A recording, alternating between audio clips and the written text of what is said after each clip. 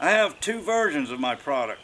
One I call the mini version, and the other I call the XL version, and they both work the same. It's just that the XL version is extra long so that it can be used from the standing position. This is the mini model. Comes in two pieces. I call this the driver, and I call this the housing. Now, the driver goes inside the housing.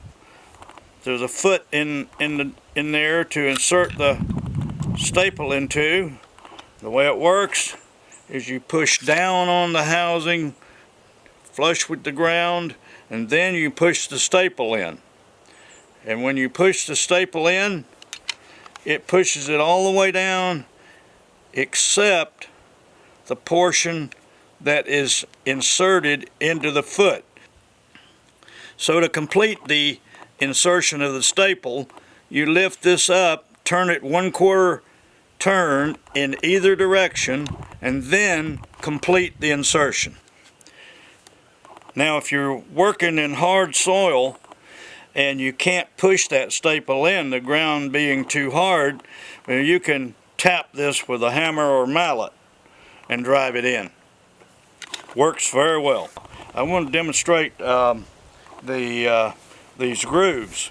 They are made for when you are installing staples over irrigation tubing. You don't want to go flush with the ground and compress the tubing.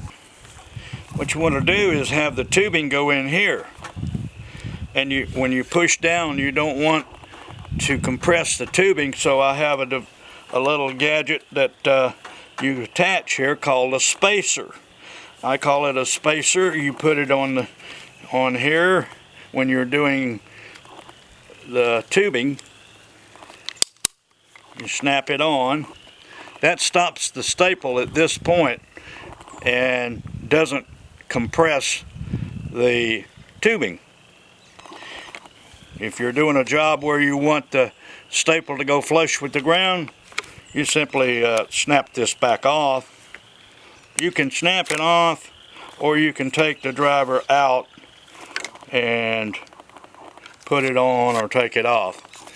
Either way. This is the XL model. It works the same as the mini model, except it's longer, and you can operate it from the standing position. Now, you insert the staple, and in this case, if we're doing it over tubing, we want to line the staple up with the tubing, then push down on the housing and drive the staple in. And then you lift up a few inches and turn it 1/4 turn in either direction and complete the insertion. Now, if the ground is hard, you can use a mallet or a hammer, or you can just simply raise it up and pound it.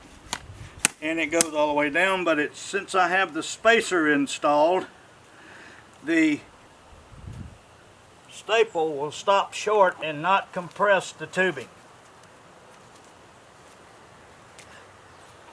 Now, if I want to go flush with the ground, like when landscape fabric, I take the spacer off, and then it will go completely flush with the ground.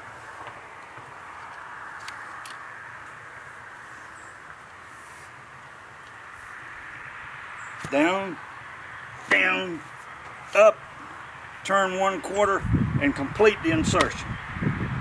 There it is, all the way down. These will be available on eBay, searching for landscape staple multi-driver, hyphenated, multi-driver, and Craigslist, Greenville, South Carolina. If you have questions or you want to order one of these, call me at 864-441-2669.